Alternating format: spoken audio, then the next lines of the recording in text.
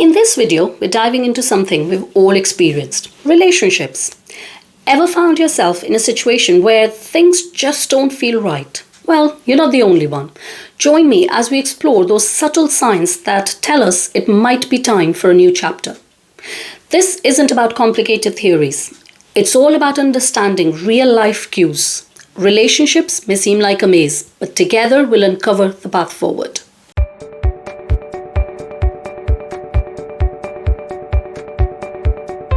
Hello all you beautiful people out there. Welcome back to my channel. I'm Nidhi, and in today's video we're going to talk about relationships and how to know when it's time to move on as a relationship no longer serves its purpose. But before we dive in, I've got a small request. Please make sure you hit that subscribe button and turn on notifications so you never miss a video from me. Now, let's get started. Before we talk about knowing when to move on in a relationship, let's first understand why it's so hard to move on. You see, staying in bad or abusive relationships, even when we know they're harmful, often happens because our mind prefers what's familiar and resists the unfamiliar. Our subconscious finds comfort in what we know, even if it's not good for us. The idea of change, of leaving what we're used to, can feel like a scary unknown. Over time, the harmful patterns become normal, making it hard to break away. If we don't feel good about ourselves, we might think we deserve the mistreatment. Emotional ties form, making it tough to leave, even if it's not good for us. Changing this requires retraining our minds, acknowledging the discomfort of change, and believing in better, even if it's new and unfamiliar. It's a tough journey, but it can lead to personal growth and healthier relationships. Having said this, let's try and understand the top 5 signs in a relationship that show it's time to move on. Number 1, you don't feel like yourself. In a relationship, a red flag that it might be time to move on is when you don't feel like yourself anymore. Imagine the relationship as a dance, and the steps that were once easy now feel confusing. You're unsure about simple things like holding hands or sharing your feelings, making the dance awkward. Think of it like carrying a heavy backpack filled with uncertainty. As time goes on, this backpack gets heavier, making the dance more difficult. It's a signal that something essential has changed. Let's look at an example. Sarah and Jake. Initially, they shared dreams and joy, but as time passed, Sarah felt uneasy. She was afraid to be herself, turning even simple things into a struggle. This inner conflict shows that the relationship might not bring happiness and growth anymore. Recognizing these signs help you know when it's time to step away from the dance and start a new journey of self-discovery. Number 2, feeling you're both in different places. Another crucial sign indicating it might be time to move on in a relationship is when you feel you and your partner are in different emotional and mental places. Picture it as 2 travelers walking separate paths. Initially, you may have started the journey together, but over time, the paths diverged. Imagine you're climbing a mountain and your partner is on a different peak. You both started at the same base, but now the distance between you is vast. You see, this emotional separation can feel like trying to communicate across mountains. The message gets lost in the valleys. 2 people may start the journey together, and in the beginning, they may be on the same path, enjoying each other's company. However, as time passed, one person's focus shifts, and the other may feel like they're left all alone. 2 people may start their once shared vision faded, leaving them in different emotional landscapes. Recognizing this emotional gap is like realizing you're on a different page of the same book.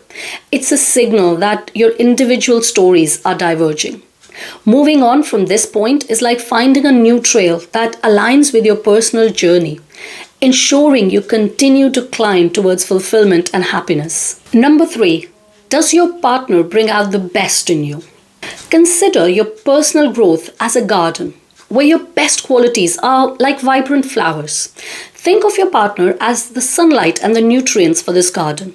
In a healthy relationship, your partner is like the sunlight encouraging your strengths to blossom. It's similar to having a gardener who nourishes the soil, ensuring your unique qualities can thrive. Now, let's imagine a scenario with our 2 made-up friends. Lily discovered a passion for photography when she started dating Max. Initially, Max admired and supported her artistic pursuits, acting as the sunlight to her budding creativity. However, as time passed, Max's criticism and lack of encouragement became the weeds in Lily's garden. Instead of nurturing her abilities, Max's influence began to stifle her passion. If you constantly feel the need to trim your own qualities to fit into the relationship rather than flourishing and growing together, it might be a sign that your partner is not bringing out the best in you. Recognizing this allows you to reassess whether the relationship is positively contributing to your personal development or hindering your growth. Moving on from a relationship that doesn't nurture your best qualities ensures you can continue to bloom and thrive on your own path. Next point, are you constantly the giver? You see, most relationships are like a seesaw, a delicate balance of giving and receiving. In a healthy partnership, this seesaw is harmonious, with both partners contributing equally to maintaining the stability.